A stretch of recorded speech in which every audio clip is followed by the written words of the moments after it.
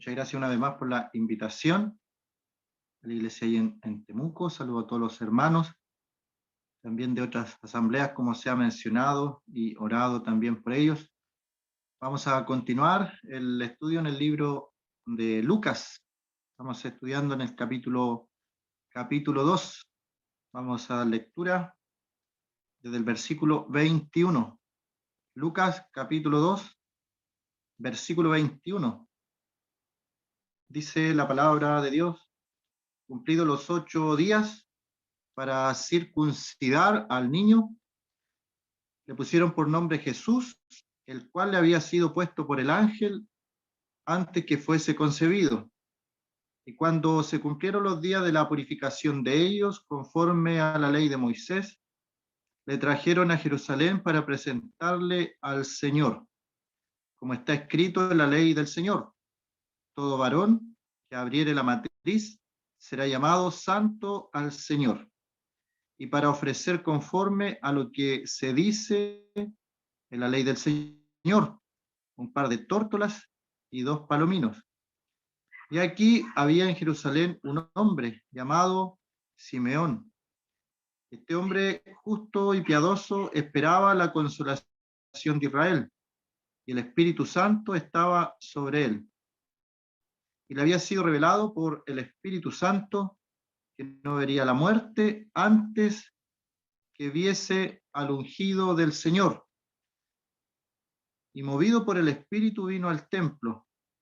Y cuando los padres del niño Jesús lo trajeron al templo para hacer por él, conforme al rito de la ley, él le tomó en sus brazos y bendijo a Dios diciendo: ahora, Señor, despides a tu siervo en paz, conforme a tu palabra, porque han visto mis ojos tu salvación, la cual has preparado en presencia de todos los pueblos, luz para revelación a los gentiles y gloria de tu pueblo Israel.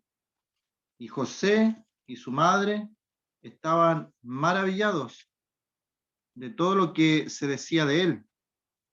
Y los bendijo Simeón y dijo a su madre María: he aquí, este está puesto para caída y para levantamiento de muchos en Israel, y para señal que será contradicha, y una espada traspasará tu misma alma, para que sean revelados los pensamientos de muchos corazones. Estaba también allí Ana, profetisa, hija de Fanuel, de la tribu de Aser, de edad muy avanzada, pues había vivido con su marido 7 años desde su virginidad, y era viuda hacía 84 años, y no se apartaba del templo, sirviendo de noche y de día, con ayunos y oraciones. Estaba presentándose en la misma hora, daba gracias a Dios y hablaba del niño a todos los que esperaban la redención en Jerusalén. Hasta ahí, por el momento, la lectura de la palabra del Señor. Consideramos algunas cosas la vez pasada acerca de este hombre, Simeón. Quedamos en el versículo 27, allí terminamos, el mover del Espíritu, cómo el creyente en el día de hoy tiene esta facultad de ser movido, de ser llevado por el Espíritu Santo en ciertas cosas de nuestra vida. Este privilegio en la antigüedad era solo de algunos, de unos pocos escogidos. El Espíritu Santo venía sobre ellos y luego se iba, se posaba sobre ellos y luego se iba sobre los reyes, sobre los sacerdotes, sobre los profetas.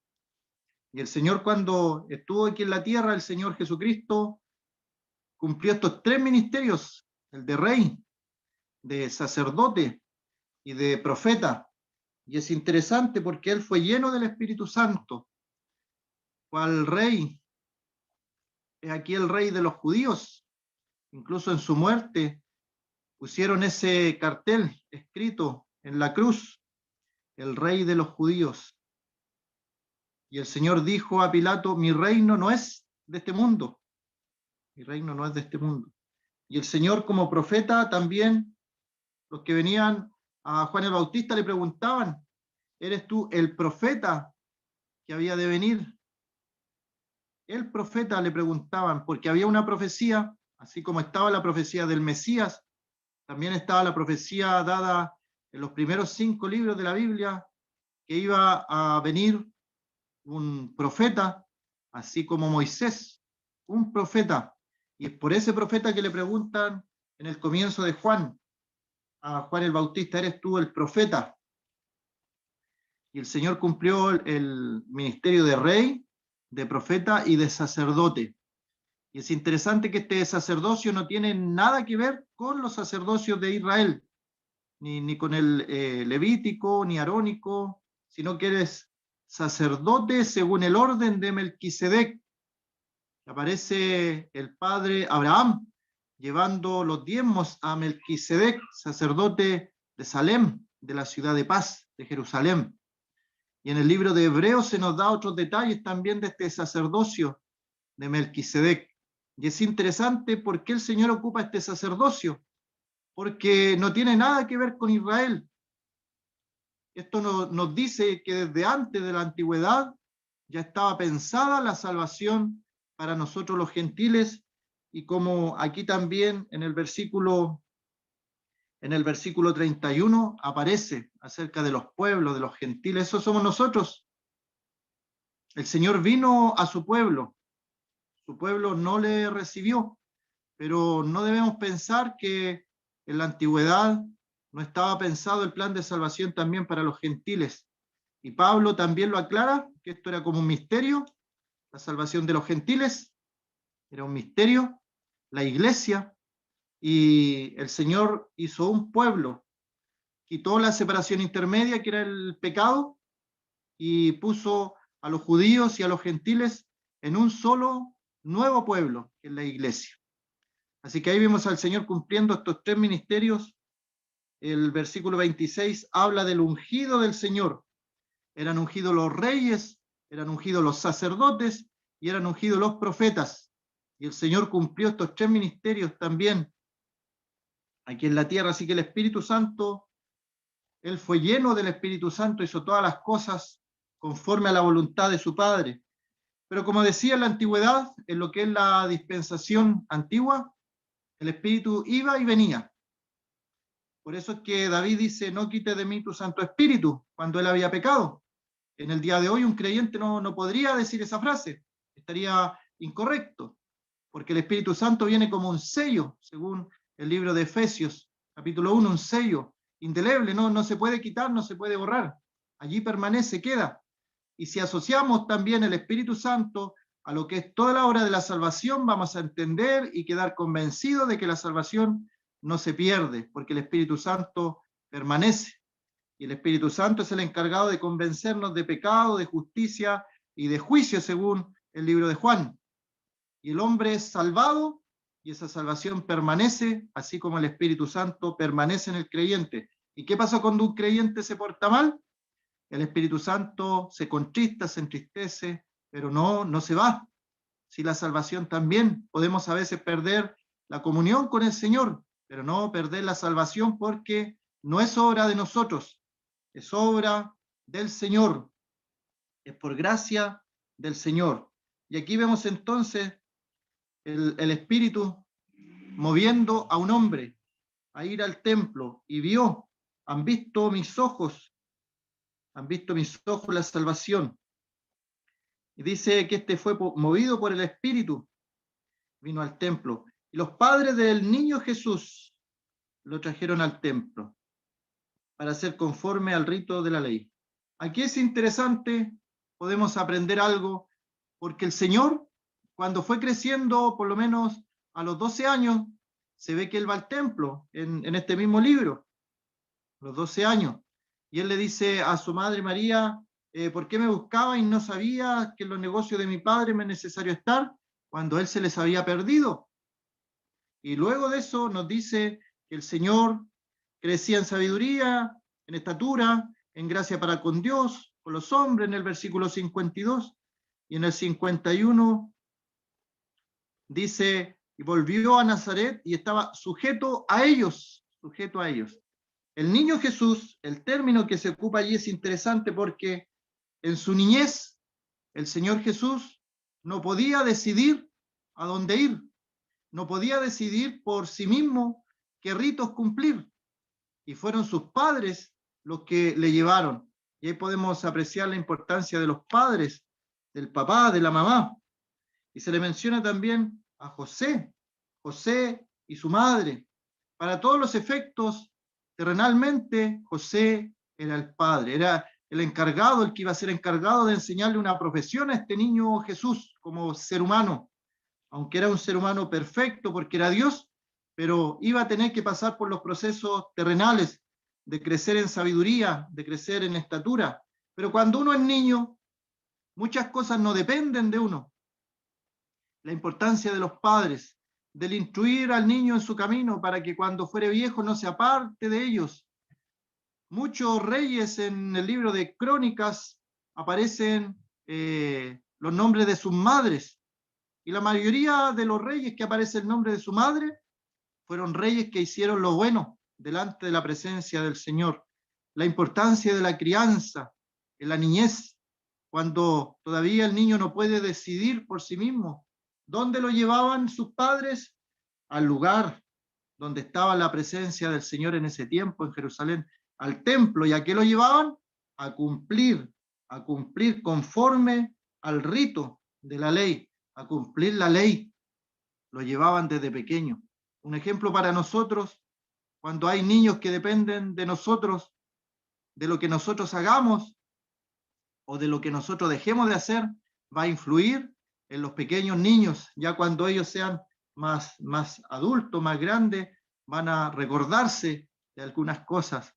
Mi hermano mencionaba la otra vez cuando cantaba nuestro hermano Andrés con su familia, los niños pequeños, aprendiéndose los himnos, los coros, y los que tuvimos el privilegio también de criarnos en un hogar cristiano, donde desde pequeños se nos instruían las cosas del Señor. Es un privilegio, pero también es una responsabilidad que al que más se le da, más se le pide. Toma Simeón en sus brazos al Señor. Podemos pensar allí el creador del mundo, el creador del universo, que según Pablo nos dice que indiscutiblemente grande es el misterio de la piedad, que Dios fue manifestado en carne, y aquí está como una pequeña criatura, un pequeño niño, que puede ser tomado en brazos por Simeón. Simeón, el mismo que formó los brazos de Simeón, que formó los ojos de Simeón para verlo, a él mismo, el que formó los pies de Simeón para ir caminando al templo, el que formó el corazón de Simeón para ser obediente a lo que el Espíritu Santo le dijo. Es tremendo esto pensar que estaba en los brazos de Simeón su creador, el soberano, como él lo reconoce también más adelante. Lo tomó en sus brazos y bendijo a Dios. Esa frase allí, bendijo a Dios.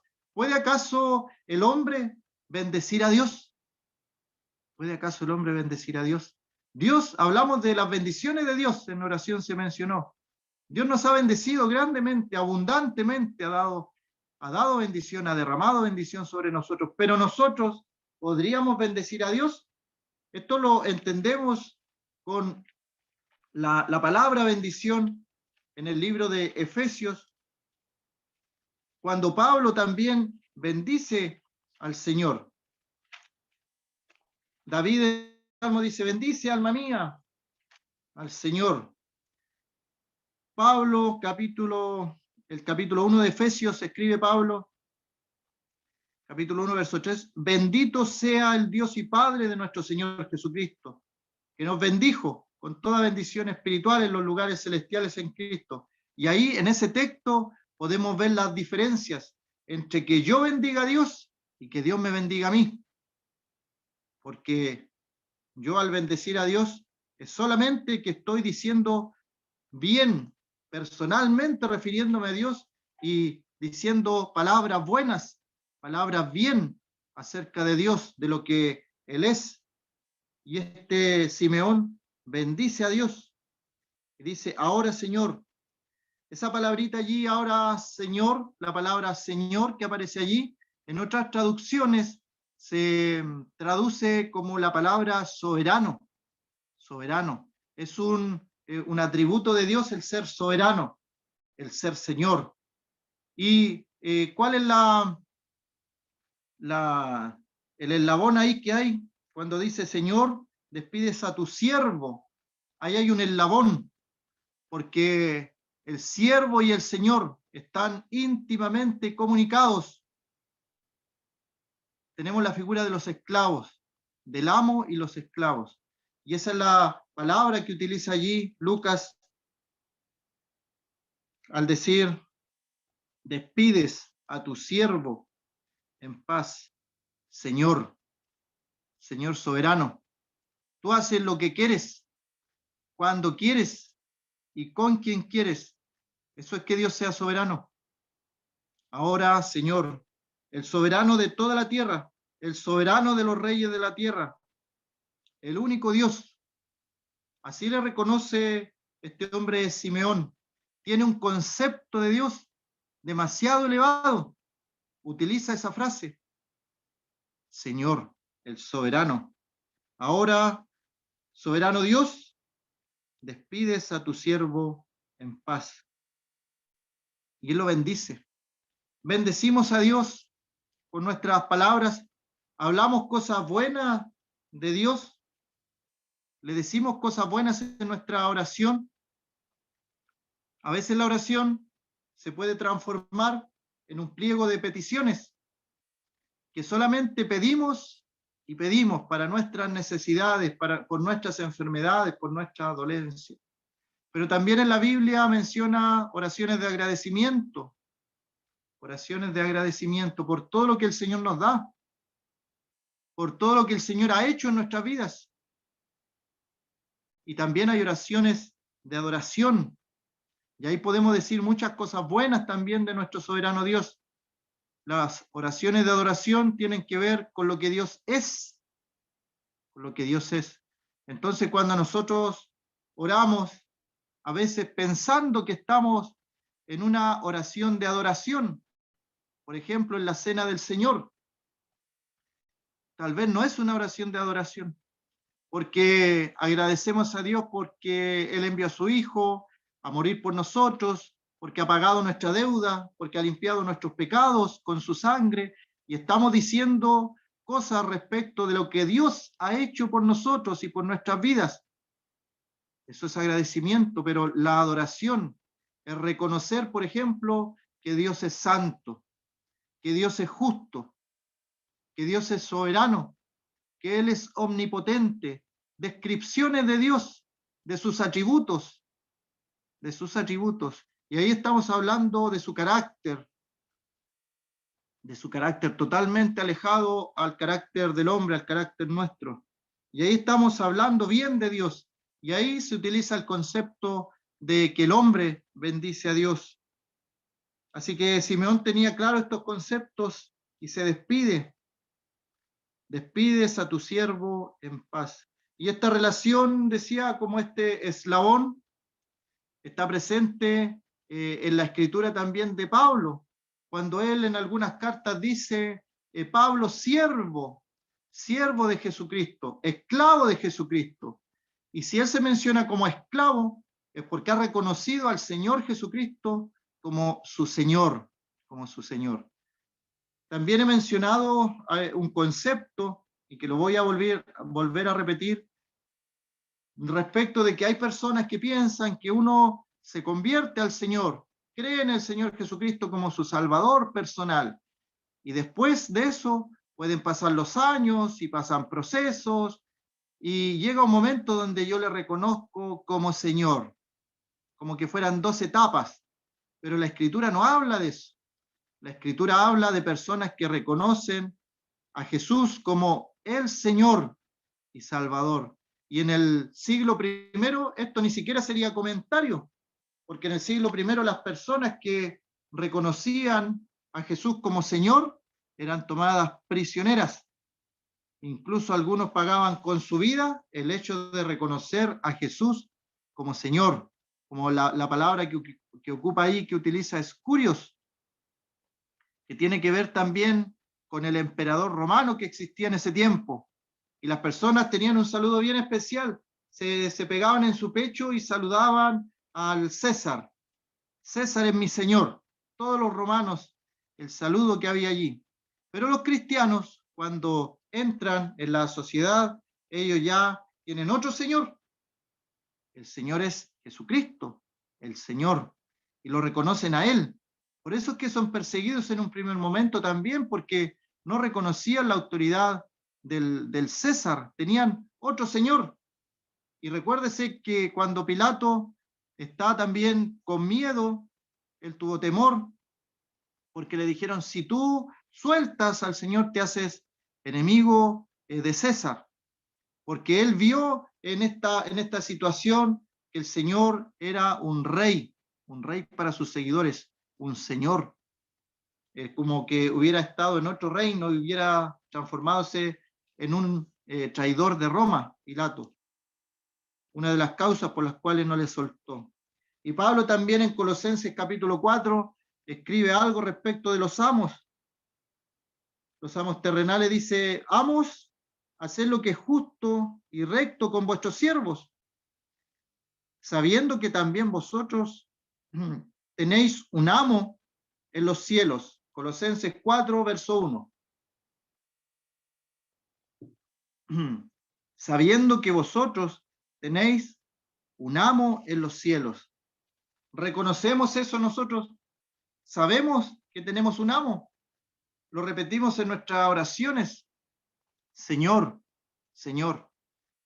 Pero, por ejemplo, Pedro, cuando ve una visión y dice él, Pedro mata y come, él dice, no, Señor. Se produce una contradicción allí.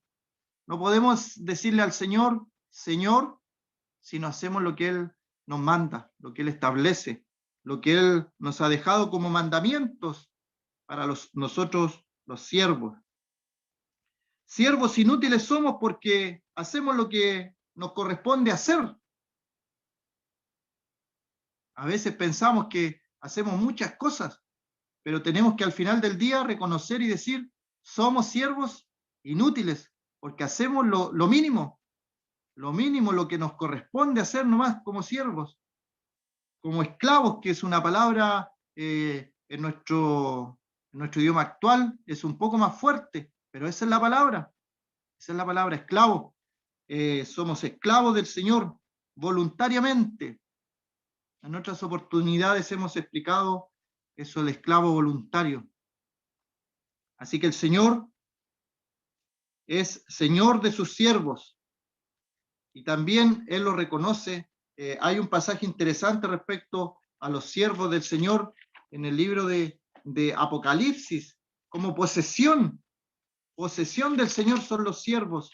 Y a tal posesión llega que dice a la iglesia en Tiatira, en Apocalipsis 2, verso 20, dice, tengo unas pocas cosas contra ti, que toleras que esa mujer Jezabel, que se dice profetiza, enseñe y seduzca a mis siervos a fornicar y a comer cosas sacrificadas a los ídolos.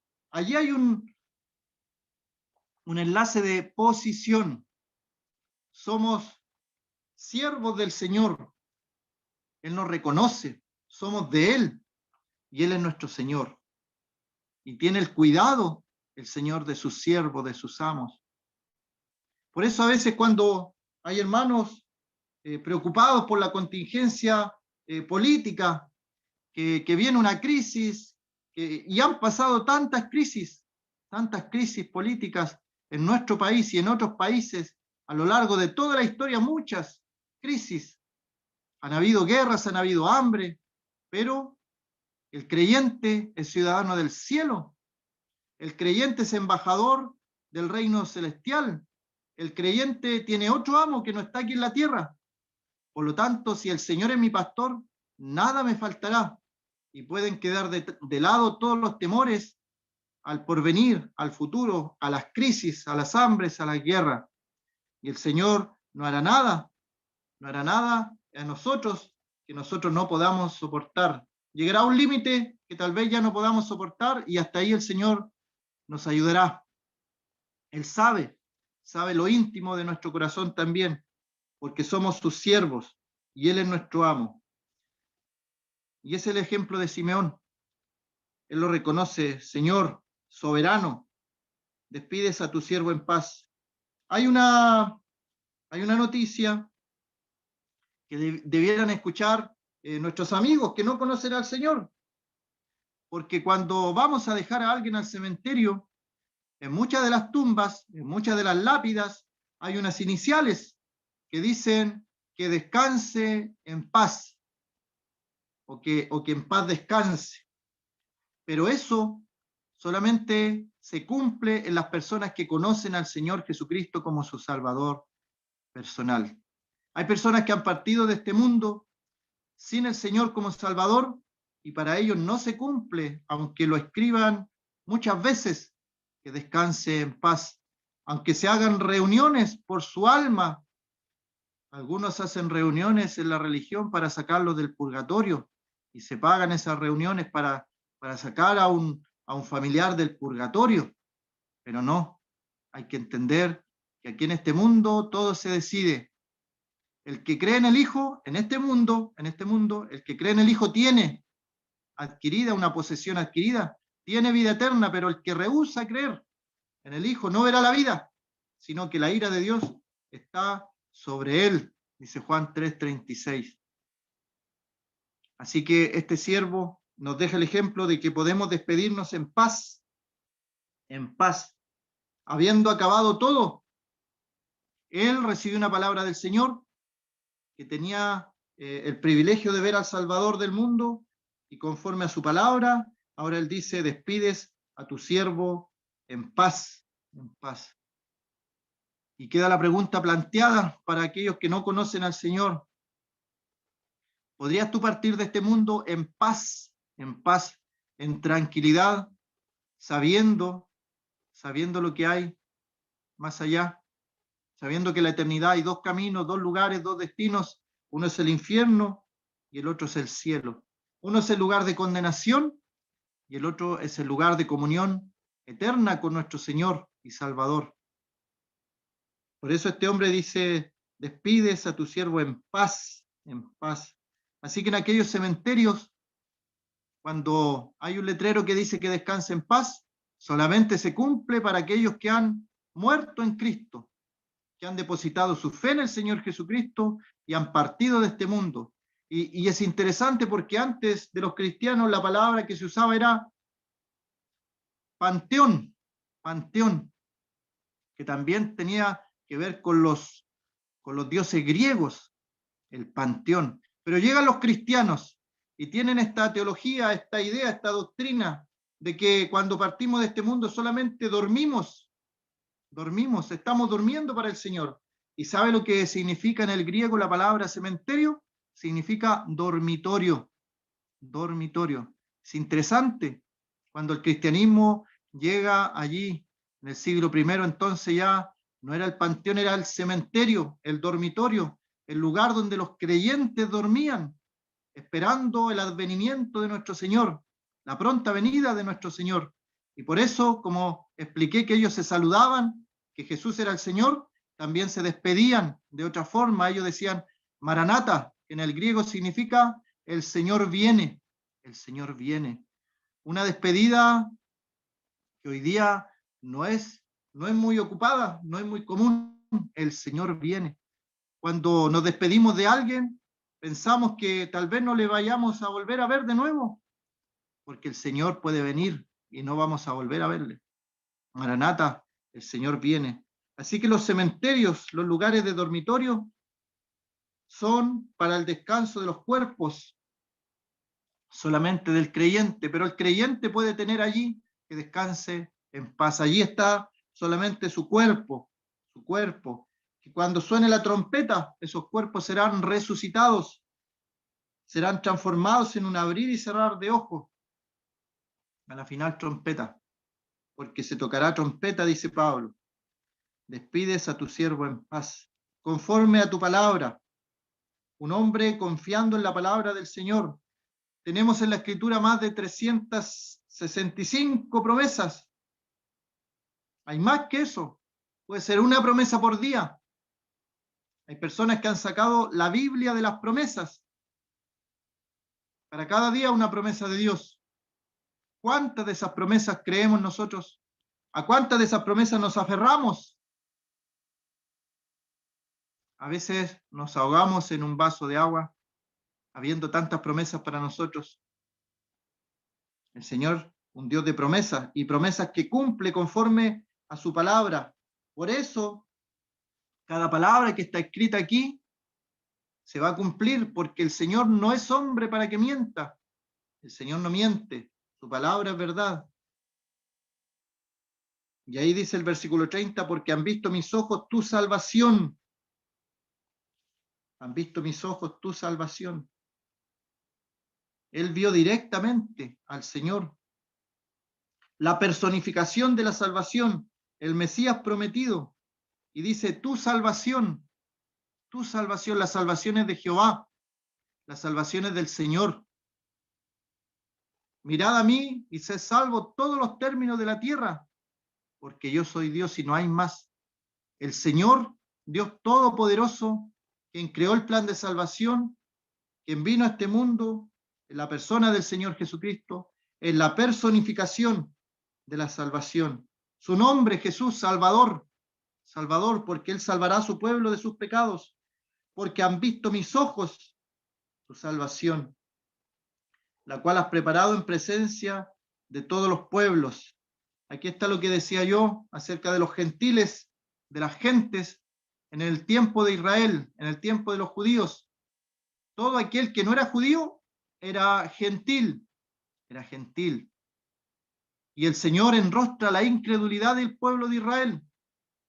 Había muchos leprosos en Israel en la antigüedad, pero el que fue sanado fue Naamán, el sirio, y el Señor le enrostra la incredulidad a los israelitas, a los judíos. Había muchas viudas en el tiempo de hambre en Israel, pero fue una viuda de Sarepta, una extranjera, ayudada por un profeta que tuvo para alimentarse. Y más se enojaban los judíos, porque ellos entendían que le estaba enrostrando la incredulidad de ellos. Así que la salvación también en la dedicación del templo de Salomón, cualquier persona en cualquier lugar del mundo que mirara hacia el templo, el Señor le iba a escuchar. No pensemos que es algo nuevo la salvación de los gentiles. Estaba ofrecida esta salvación antes de que naciera el pueblo de Israel. Se le ofreció la salvación a nuestros padres terrenales, a Adán y Eva, en el momento que ellos pecaron, en el momento que fueron desterrados del huerto del Edén, se les ofreció también una promesa de salvación para ellos, que se cumplió en la persona del Señor Jesucristo. A Abraham se le ofreció esta salvación, se le ofreció que tu descendencia y tu simiente, no que hubiera muchas simientes, como dice Pablo después en Romano, sino que tu simiente, la simiente de Abraham, en la persona del Señor Jesucristo, que iban a ser bendecidas las naciones. Por eso es que le hace ver la arena del mar, figura de Israel, le hace ver las estrellas en los cielos incontables, figura del pueblo espiritual de Abraham.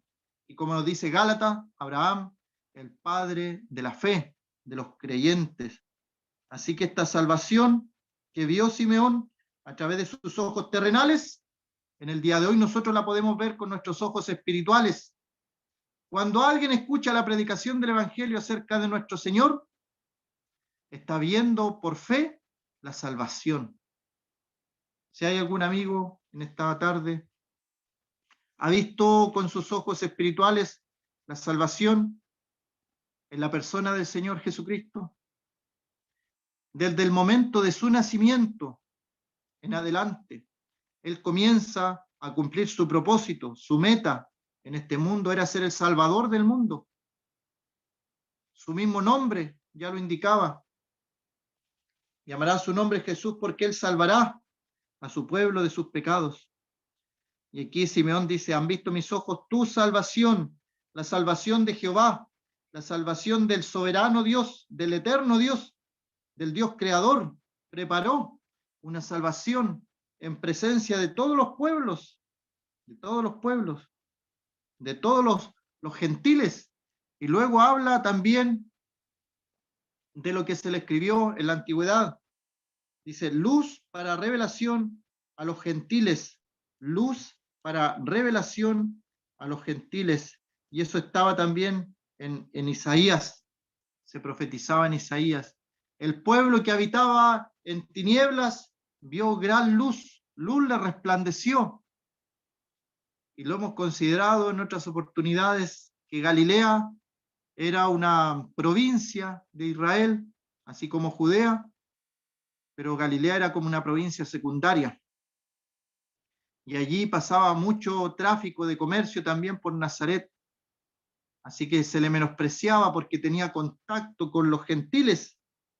Pero a ese pueblo que habitaba en sombra de muerte, que tenía contacto con los gentiles, le resplandeció la luz. Luz le resplandeció. Y aquí está también personificado nuestro Señor. La luz venía a este mundo. Dice el libro de Juan que los hombres amaron más las tinieblas que la luz. ¿Y cuál es la razón de eso? Sus obras malas. El hombre que hace obras malas, el hombre que comete pecado, que da rienda suelta a sus deseos, a sus vicios, a todas las perversidades de su mente, ese hombre no quiere venir a la luz, porque al venir a la luz queda en evidencia que sus obras son malvadas, que sus obras frente a la luz resplandeciente de nuestro Señor son pecado, son maldades. Así que no es difícil encontrar gente muy liberal que ha confundido la libertad con el libertinaje, que no quiere saber nada de las cosas de la Biblia, del Señor. Porque en su conciencia saben que al enfrentarse a la luz de la palabra, a la luz del Señor, va a quedar en evidencia que está actuando de forma malvada, maligna. Y no un solo pueblo, sino que todos los pueblos, versículo 31, todos los pueblos. Al final del Evangelio de Mateo habla de que la predicación del Evangelio iba a ser hasta el fin del mundo, el Señor iba a estar con nosotros, hasta el fin del mundo. Nosotros estamos como país geográficamente, terrenalmente, al fin del mundo, al fin del mundo. Chile, el país más extremo, y la salvación llegó a nosotros, el Evangelio llegó a nosotros, a nuestro país. Tantas cosas que tuvieron que ocurrir para que pasara esto, pero llegó a los confines de la tierra, como se profetizó allí en el libro de los Hechos, que se iba a predicar en Judea, en Jerusalén, en Judea, en Samaria, y hasta lo último de la tierra. Llegó la palabra del Evangelio hasta nosotros, en presencia de todos los pueblos. Ningún pueblo podrá decir en el día del juicio, a nosotros no se nos consideró, se nos excluyó del plan de salvación. No se podrá decir eso. Países en lejanas tierras, países con diferentes idiomas, el Evangelio ha llegado de distintas formas. Y en el día de hoy, hay países, hay lugares y hay pueblos donde no se ha predicado el Evangelio, donde no hay una Biblia escrita en el idioma de aquel pueblo originario. Así que hay mucha tarea por hacer. La obra de las misiones no ha terminado. Hay países que no conocen del Señor, que no tienen una Biblia escrita, ni siquiera un Evangelio de Juan en su idioma nativo, original. Y hay personas que van, que predican, porque la salvación es para todos los pueblos. Revelación a los gentiles, a las gentes. Y todo esto dice, y gloria de tu pueblo Israel. Gloria de tu pueblo Israel. Y el pueblo de Israel, lo he repetido otras veces y lo vuelvo a repetir, que el pueblo de Israel es especial.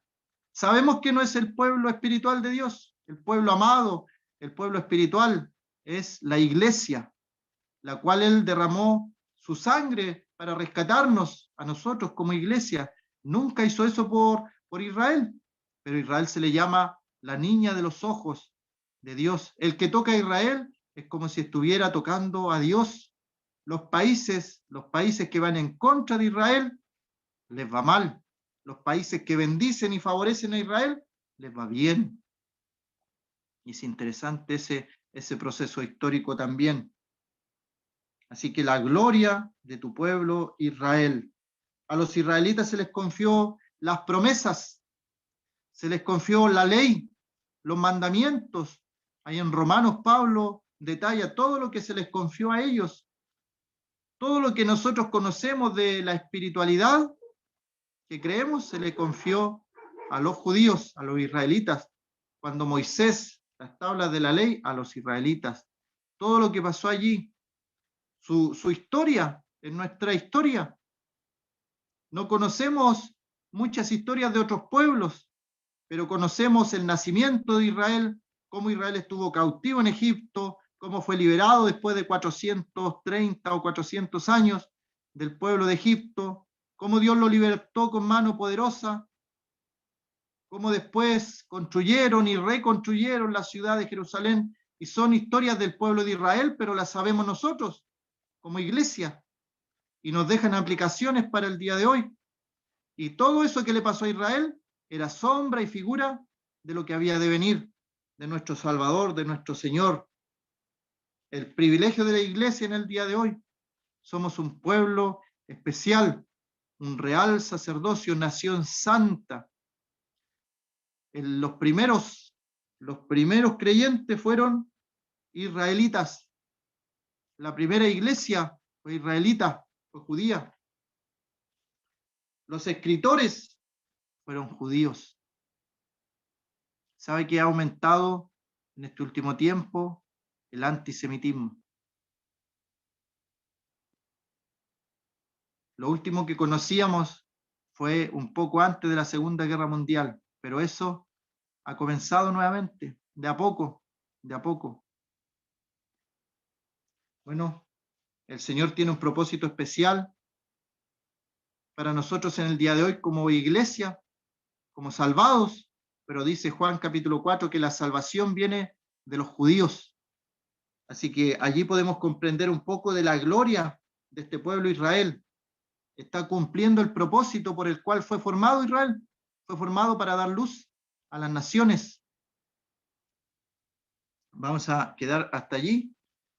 Que el Señor bendiga su palabra.